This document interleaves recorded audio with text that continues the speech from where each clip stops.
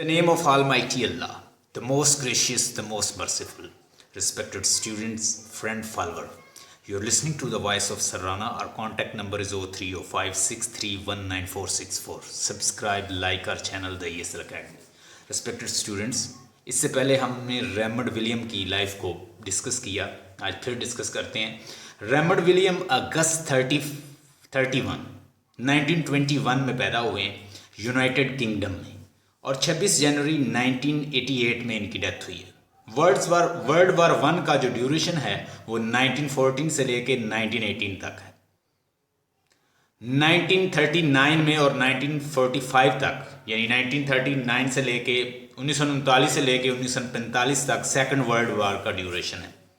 यानी जो writer second world war के बाद आएंगे वो आप देखेंगे कि उनके कॉन्सेप्ट जो हैं वो आम राइटर्स जो उनसे पहले के राइटर्स हैं उनसे डिफरेंट अप्रोच होगी. कहते हैं कि वर्ल्ड वार 2 के बाद लोग बड़े स्केप्टिकल हो गए थे. मोस्टली ये एक है प्री सोक्रेटिक फिलॉसफी, एक है सोक्रेटिक फिलॉसफी, एक है पोस्ट सोक्रेटिक फिलॉसफी जिसे हेलेनिज्म भी कहते हैं, जिसको पोस्ट सोक्रेटिक फिलॉसफी. इसमें बहुत सारी फिलॉसफीज हैं. मिसाल के तौर पर अगर आप पोस्ट सोक्रेटिक फिलॉसफी को पढ़ें तो जिसे हेलेनिज्म भी कहते हैं, हेलेनिस्टिक फिलॉसफी भी कहते हैं. अब हेलेनिस्टिक फिलॉसफी के अंदर आप पढ़ेंगे सिनिसिज्म, स्टोइसिज्म, स्केप्टिसिज्म. सो ये डिफरेंट राइटर्स थे, ये डिफरेंट लोग थे जिन्होंने अपनी अपनी फिलॉसफी दी थी. उसमें बहुत सारे राइटर्स हैं. अब स्केप्टिकल फिलॉसफी किस तरह की फिलॉसफी? इसमें ऐसी फिलॉसफी है कि हर चीज़ पे डाउट, कि ये जो चीज़ हमारे सामने है ये एब्सोल्यूट नहीं है. एब्सोल्यूट मीन के मुकम्मल नहीं है, किसी चीज़ के मुकम्मल मानी नहीं है. मिसाल के तौर पर आपको जो मैं बोल रहा हूं ये भी कोई एब्सोल्यूट नहीं है, हम इसके ऊपर डाउट करके इससे और निकाल सकते हैं. और सोक्रेटिस ने कहा था doubt is origin of knowledge. किसी चीज़ पे आप शक करो तो उसके अंदर से नई चीज़ निकल आती है. मैं अक्सर मिसाल देता हूं, एक हमने नावल पढ़ा, ये उसका है शिनोवा एचबी का शिनोवा एचबी उसका नाम है. शिनोवा एचबी अफ्रीकन राइटर है. वो लिखता है कि जब इंग्लिश पीपल अफ्रीका में जाते हैं तो इंग्लिश लोगों को वो जगह देते हैं जहां पर वो कहते थे कि विचेस का साया है, यानी सुपर नेचुरल एलिमेंट्स रहते हैं और विचेस और बदरूहें वहां पे रहती हैं. हम इनको वो जगह देंगे जहां क्या है, जहां बदरूहें रहती हैं, तो ये खुद ही भाग जाएंगे अंग्रेज यहां से. तो इंग्लिश पीपल क्योंकि बड़ी एडवांस हो चुके थे इंग्लिश पीपल, उन्होंने कहा कि जी हमें वही जगह दे दी. उन्होंने वहां जाके अपना चर्च बना दिया.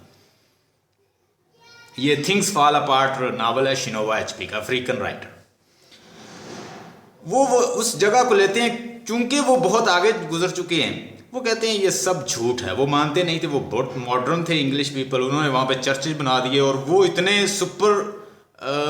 इतने सुपरस्टिशियस लोग थे कि उन्होंने धड़ाधड़ क्रिश्चियनिटी कबूल करनी शुरू कर दी कि भाई ये तो कुछ हमारे गॉड और गॉडसेस से भी कोई बियॉन्ड आ गए हैं, तो हमें ये बड़े कोई सिलेक्टेड लोग हैं, हमें इनका मज़हब कबूल करना चाहिए. कहता है इस तरह बेवकूफ़ बनाया उन्होंने सादा लो इंसानों को. तो इसी तरह ये जो फिलॉसफी है, हर फिलॉसफी आपको न्यू आइडिया देगी. तो मोस्टली जो राइटर्स थे वो जो पहले से आइडियाज़, पहले से स्टैंडर्ड मौजूद था उसके ऊपर वो शक करने लगे, स्केप्टिसिज्म की फिलॉसफी को फॉलो करने लगे, स्केप्टिक हो गए कि ये चीज़ें, ये लाइफ भी कोई एब्सोल्यूट नहीं है, अब्सर्ड है लाइफ, इसकी मीनिंगलेस लाइफ है, हम इस दुनिया में बस ऐसे ही आ गए. यानी ये तो उन लोगों ने फिर दुनिया में मेहनत की और वो आगे निकल गए. उन्होंने कहा ये दुनिया ही है, सब कुछ जो कुछ है इस दुनिया में है, बाकी ये everything is nothing. Like religion को भी उन्होंने बैक फुट पे कर दिया. जैसे रेनेसेंस था, रेनेसेंस एज आई थी तो उसमें उन्होंने वर्ल्डली अफेयर पे वर्क किया था, रिलीजन को पीछे कर दिया था. तो ये तो तकरीबन ये इसकी लाइफ है. ये कब पैदा हुआ है? ये इसकी लाइफ एक राइटर हमने पढ़ना है बर्टोल्ट ब्रैकेट अभी, क्योंकि उसका भी हवाला है. उसकी लाइफ है 1898 में पैदा हुआ है और 1956 में यानी 1898 में पैदा हुआ है और 1956 में उसकी डेथ हुई है। इसने भी वर्ल्ड वार सेकंड जो है वो देखी हुई है। तो बट इसको हमने पढ़ा, ये 1921 में पैदा हुआ, 1988 में इसने भी वर्ल्ड वार टू जो है वो देखी हुई है। अब मोस्टली वर्ल्ड वार टू के बाद जो थे राइटर लिखते थे, वो कहते थे कि बस मोस्टली जर्मन फिलोसफर जो है उनका बहुत ज़्यादा हाथ है। उन्होंने डेथ ऑफ द गॉड लिखी, डेथ ऑफ द राइटर लिखी, इस तरह की बुक्स लिख दी कि यहाँ पे गॉड नहीं है। अगर गॉड है तो कुछ फिलोसफर ने ये कहा कि अगर गॉड मौजूद है तो उस गॉड वो बिल्कुल इनडिफरेंट है हमारे मामला से। तो ये जो फिलॉसफी देंगे, जो पहले से मौजूद स्टैंडर्ड है उनको क्या करेंगे, इन्वेस्टिगेट करेंगे, जैसे रेमंड विलियम करता है। रेमंड विलियम एक एक चीज़ को उठाएगा, पॉइंट को, उनको साथ साथ डिस्कस करेगा कि जो ट्रेजिडी, अगर आप ये कहते हैं, वो कहता है अभी जो हम पढ़ेंगे ट्रेजिडी एंड कंटेम्प्रेरी आइडियाज़ के अंदर कहता है कि अगर आप ये कहते हैं कि एक रॉयल पर्सन की ही ट्रेजिडी होती है तो फिर मौत जो है उसके ऊपर भी आती है, उस पर भी आती है। ये एक यूनिवर्सल फिनोमिना है, एक यूनिवर्सल है। जब वो आम इंसान भी मरता है तो वो भी उसके साथ ही जाके मिल जाता है। तो हम किसी रॉयल पर्सन की ट्रेजिडी, तो ये कहना तो बिल्कुल रॉन्ग है। और फिर मैंने बताया कल आपको, परसों मैंने आपसे बात की कि वो मार्क्सिस्ट जो फिलॉसफी है उसको फॉलो करता है, मार्क्सिज्म को। वो एज अ मार्क्सिस्ट था। कैसे मार्क्सिज्म को कैसे फॉलो करता है, वो कहता है कि सारी क्लासेस जो हैं उनको इक्वल राइट, क्लासलेस सोसाइटी होनी चाहिए। तो उसके अंदर भी वो उस ट्रेजिडी की कन्वेंशन जो अरिस्टोटल ने डिफाइन किया, अरिस्टोटल ने कहा कि रॉयल पर्सन होना चाहिए, उसके अंदर हमार्टिया हो, वो हमार्टिया उसको लीड करे, किसकी तरफ ले जाए, उसको ट्रेजिक एंड की तरफ। यानी कि डेफिनेशन है ना कि ऐसा आप ट्रेजिडी ड्रामा ऐसा लिखोगे। वो कहता है कि नो, क्लासलेस सोसाइटी होनी चाहिए। वो मार्क्सिस्ट है, यानी वो कार्ल मार्क्स का फॉलोअर है, जो उसने आइडिया दिया है कि क्लासलेस सोसाइटी होनी चाहिए, तो उसको फॉलो करता है। उसके बाद वो उसको डिफाइन करता है ट्रेजिडी, जो पहले जो मौजूद ट्रेजिडी है। कहता है कि hero, we should not show the suffering of hero. हमें जो ड्रामा लिखना है, ट्रेजिडी ड्रामा लिखना है, उसके अंदर हीरो की सफरिंग नहीं दिखानी चाहिए, बल्कि उस हीरो के थ्रू जो सफरिंग होती है वो दिखानी चाहिए। We should show suffering through hero, not show the suffering of hero, कि हीरो की सफरिंग दिखा के बस, no, we should show what happens through hero, hero के थ्रू क्या हुआ है, ये फोकस होना चाहिए। अच्छा, वो फॉलोअर था ब्रैकेट, एक जर्मन राइटर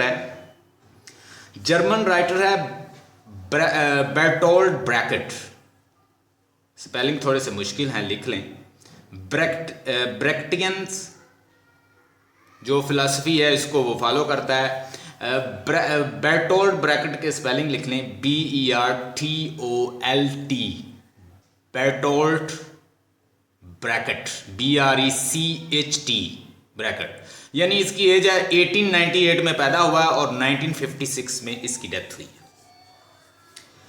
वो कहता है कि अरिस्टोटल ने जो थिएटर का कंसेप्ट दिया है, अरिस्टोटल ने जो ड्रामेटिक थिएटर का कंसेप्ट दिया है, वो पिटी और फियर, इतने इमोशन, पैशन, फीलिंग और पिटी फियर इतना क्रिएट होता है ऑडियंस में कि ऑडियंस खो जाता है। कि वो अगर रोता है तो वो रोता है, वो अगर कोई चीज़ खो देता है करैक्टर, तो वो साथ वो भी वैसे मायूस हो जाते हैं। वो डिसअपॉइंट होता है, वो भी डिसअपॉइंट हो जाता है। कहता है इस डिसअपॉइंटमेंट में, इस सफरिंग में, इस एग्नीज में, इस टॉर्चर में जो उस हीरो की दिखाई जाती है, इन जो ऑडियंस है वो फैसला करना भूल जाता है कि मैंने क्या ऑब्जर्व करना है, इसके अंदर क्या लर्न करना है। कहता बेसिक पर्पस, ब्रैकेट बेर्टोल्ट ने कहा था, बेर्टोल्ट ब्रैकेट ने कहा था, the main purpose of theatrical drama or theater to educate people.